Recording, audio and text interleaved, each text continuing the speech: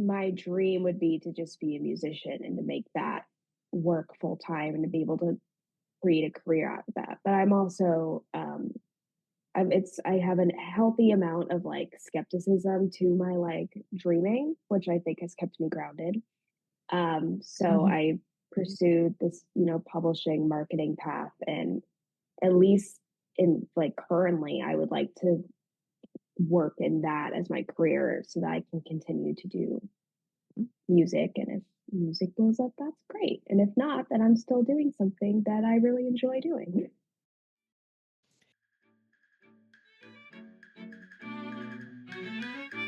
Hello, and welcome to Story Power, a bi monthly podcast I created because I'm an unabashed story lover. Stories have had a huge impact on my life, starting with the family movie night discussions my parents instituted when I was a child. I want to share that love with you. As cognitive scientist Roger C. Shanks says, humans are not ideally set up to understand logic. They are ideally set up to understand stories. I'm making it my mission to not only spread the love of stories, but all the valuable things they teach us about human nature and relationships. We humans are emotional creatures, and stories help us examine our emotions from a comfortable distance. They also help us walk in the shoes of the characters to help us see the world in new ways. It's my hope you gain some valuable insights from my guests.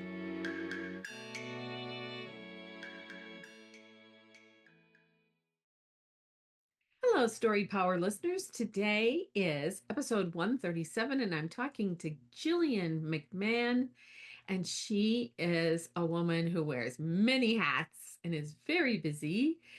She's also a dear friend of my niece, Ariel Tate, who has been on my show before. So, Gillian, welcome to the show. Oh my gosh, thank you for having me.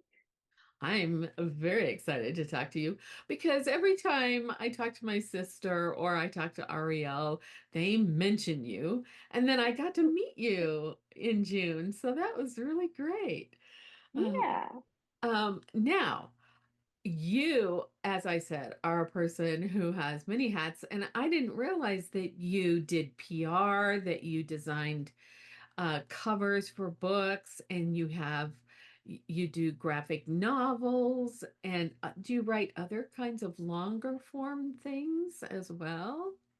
I do. I've been working on a book for what feels like ages, but I love writing short stories. And I'll frequently like enter writing competitions so I can just have an excuse to write something new and, try something out. Yes. And you and Ariel write stories for each other.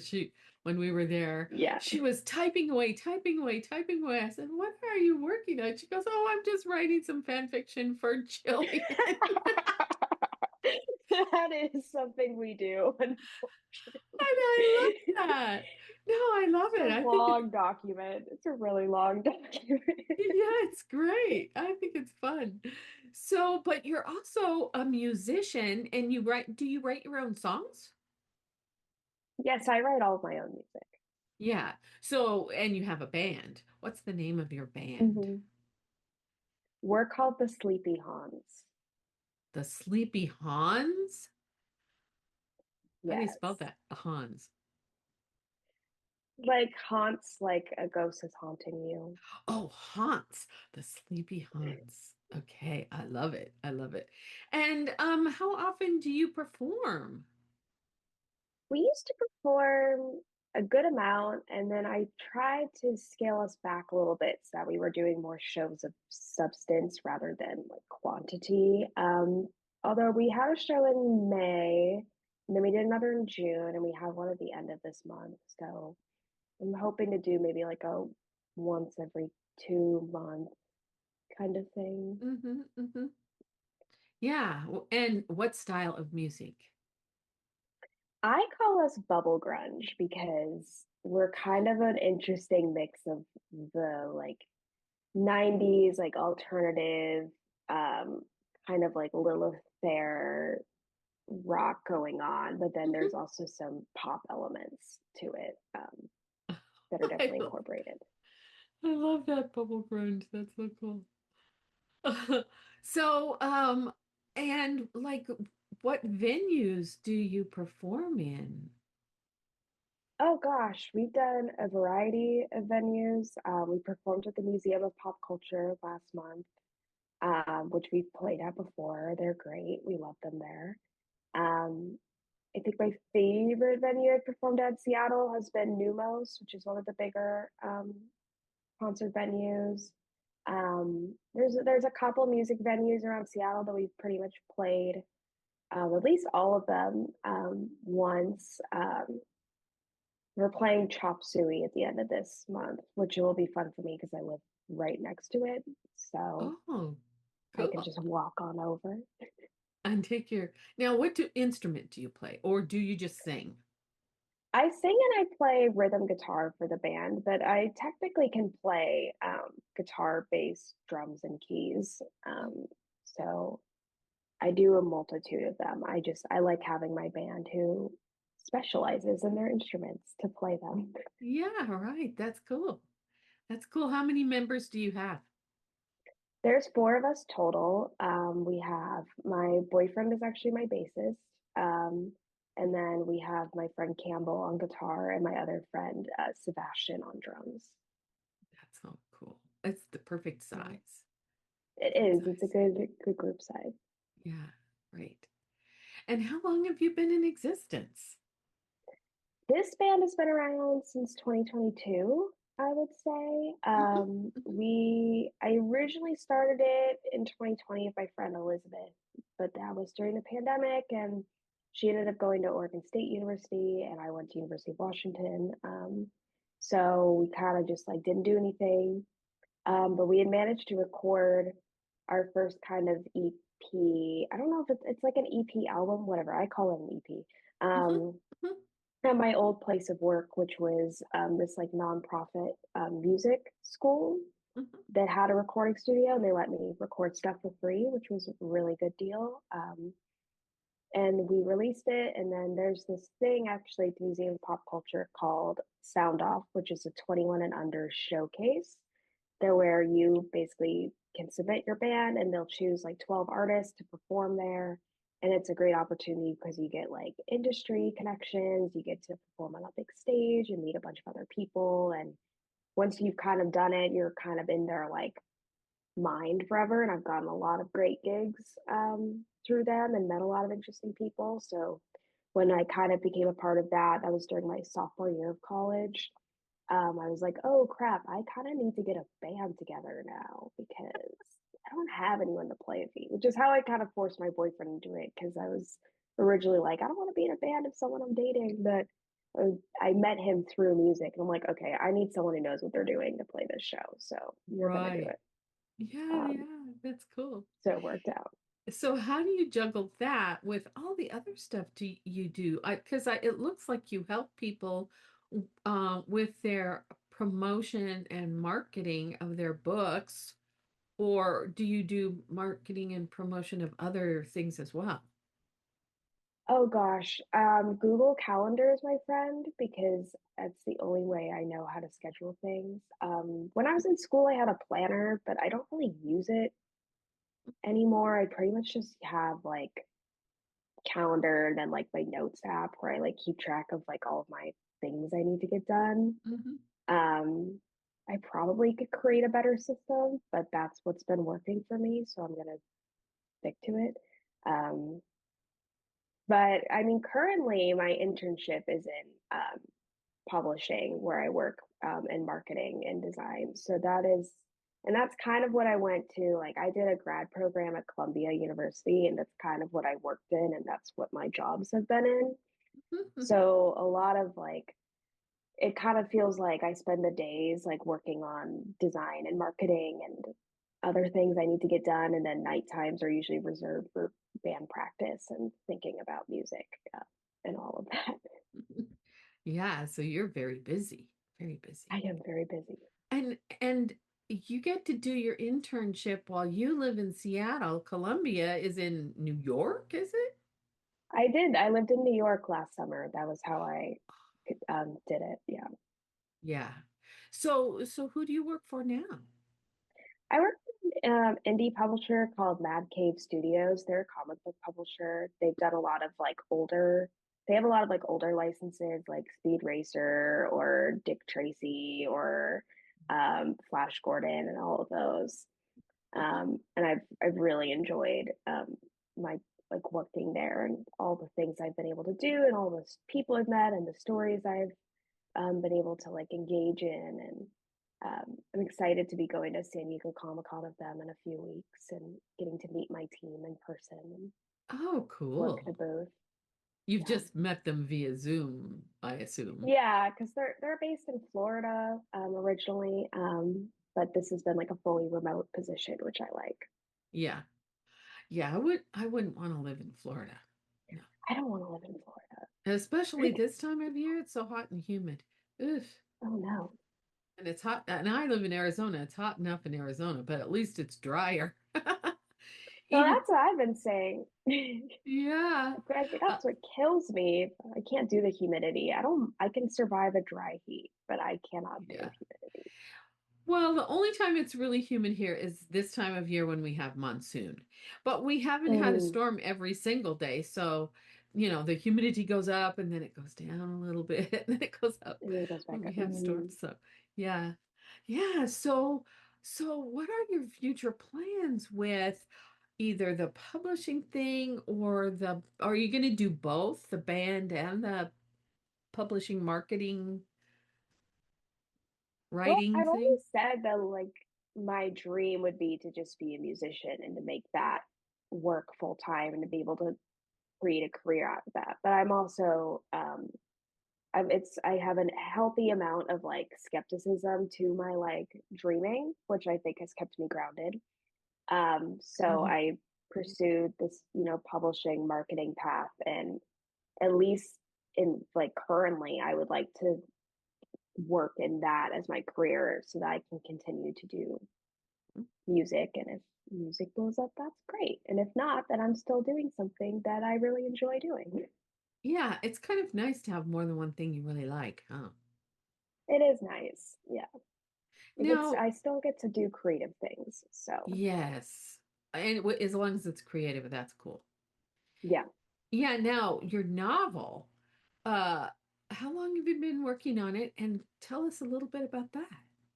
Yeah, well, the idea for it came to me when I was like 17 years old, because it's kind of funny because I guess you would categorize it as a romance novel, which is only funny because I don't even really read romance novels. They are by no means one of my favorite genres. I am not a romance reader. Um, so I don't, I mean, I know why it's turning into that. I just am kind of laughing about the fact that it is. But I kind of came up with the idea when I was 17, and then I started more seriously writing it within like the past 2 years. I've also like rewritten it like a million times, like just trying to like work out the kinks of like what am I trying to accomplish here. I have a like a yearly goal in mind of like because I don't do vision boards, but Mm-hmm. I do like yearly bingos where I basically like put all of my goals on a bingo board. And then when I complete one, I'm like, yay, I can go get myself a little treat. So I have like writing goals on there where it's like, write 500 words, write 20,000 words, Uh-huh. just to encourage myself to do more. But the book is very much about like the kind of general plot is that it's about this Cupid who kind of sucks at his job, and he gets this like one last assignment before they're like, dude, we're gonna cut your wings and you're gonna just have to be human because you're kind of bad at this. They're like, we'll give you one last chance. There's this like couple that needs to be together, but they hate each other. So if you can figure out a way without magic to convince them to open up to each other, then you can continue being a Cupid. Otherwise, it's it for you. So that's like the general plot of it. But I also really just wanted to tell like a story about like various types of love. So like love for a career, love for your friends, family, love for a partner, love for I have like a character in it who is gay and also very grew up very religious, and like I have like one of her arcs like balancing like following what she wants versus like this love for a religion that she was raised in. Mhm. So that's kind of the general plots that I Yeah. have going on there. Oh, no, I like that. That sounds really interesting. So you'll have, yeah, I'm sure Ariel will tell me, or you'll have to tell me when you publish it, and then we'll have to talk again about your book. I will. Yeah, She's really. also writing a book. Oh, I know, but she won't let anybody see it. No, I don't see it either. I just like see her like working in the corner and I'm like, okay. Yeah. I kind of understand that though, because when I wrote my first book, I only let a couple of people help me with it, read it, and make suggestions and stuff. I didn't want a whole lot of feedback from people who were not going to get what I was trying to do. And so I kind of understand being, sort of secretive about Yeah. your writing. I get it. And she is my niece. She has a lot of me in her too because we got it from my parents, her grandparents. So Yeah. yeah. So yeah, that's cool. And do you write every day or do you set aside like blocks of time to work on your book? I try to set aside blocks of time, but I honestly get so heavily distracted by like other bits of writing or other things going on, like writing music, writing fan fiction because it's fun, writing short stories. So I would like to get more on top of it. But I keep trying to like remind myself that I do a lot of things, and sometimes I'm going to need to prioritize certain things other over everything else, and that's Hmm. fine. Yeah, I get There's no that. timeline except myself. Yeah, you're the one who's setting your goals and you don't have a publisher going, you need to get this done, you need to get this done. No. Yeah. I am not very good with that kind of pressure. It's like my brain freezes and I can't think, I can't write, I can't think. So I have to write when I get the ideas and then go write them down. Yeah, Yeah. that's the way I am. Yeah, so uh is this the weekend that you and Ariel are going to Renfest or did you do that last weekend? No, we are going next weekend actually. Last weekend we were in LA. At a Because Comic-Con? no, we were just there for I called it like her little graduation trip, Mhm. um, pretty much. So that's what we treated it as, and we did a bunch of things. And it was her first time in LA, although I've been many times before. Oh, cool, cool. Yeah. Yeah. Wow, what a metropolis. Yeah. I hope you got to see some fun things. There was a lot of fun things that we got to do and explore. So it was definitely one of my favorite LA trips I've had. Oh, that's cool. Good. Now, Renfest is next weekend, and do all the people who go to Renfest have to dress up? I have seen people not. I've been to Ren fairs where I'm like, that guy's in t-shirt and jeans. Oh, yeah, okay. So you don't have to, but I think it's more fun to dress up. Like, when Right. else do you get the chance to do that? Yeah. Oh man, I've worn those costumes in plays. They are formidable. Hmm. The the corsets that I had one, I swear it was 50 pounds that I wore in a play because it was all these corsets and then I had a big heavy skirt and had a velvet thing that went, the top that went over it. And Yeah, oh wow, I lost a lot of weight carrying that thing around while I was in that play. they get heavy. They can be really heavy. I know, yeah. Plus the corset, you're so glad when you take it off at the end. Oh yeah. Really Yeah. glad we moved past needing corsets for I everything. I know, really, really. Yeah. Now, do you have anything that I haven't asked you that you want to talk about? Oh gosh, should I want to talk about? I have no idea. Is this your first time being on a podcast? This is my first time being on a podcast. So I was a student journalist, so I'm kind of used to being on like the other end of this. So this is kind of Oh, a new little experience for me. yeah. Yeah, promoting when your book is out, that's a good way to promote your book. So, Yeah. does the publishing company that you work for, do they have podcasts where they interview authors? No, what they'll usually do is at conventions, they will have someone that like kind of does like mini interviews, but that's not as at least in a traditional publishing space, like the publisher themselves might um do like a preliminary interview with the author to get information about how they feel about their book so that they can then promote it Mm, to like other publications. But that would usually the publicity team would usually mm, like find like news sources and podcasts to do the interviewing for them and then just give them a press release, which I yeah. only know because I did work in traditional publishing. I just happen to work in comic books right now. Hmm. Hmm. Oh, wow, this has been so fun. Thank you so much for Yeah. being my guest. Oh my gosh, thank you so much for having me.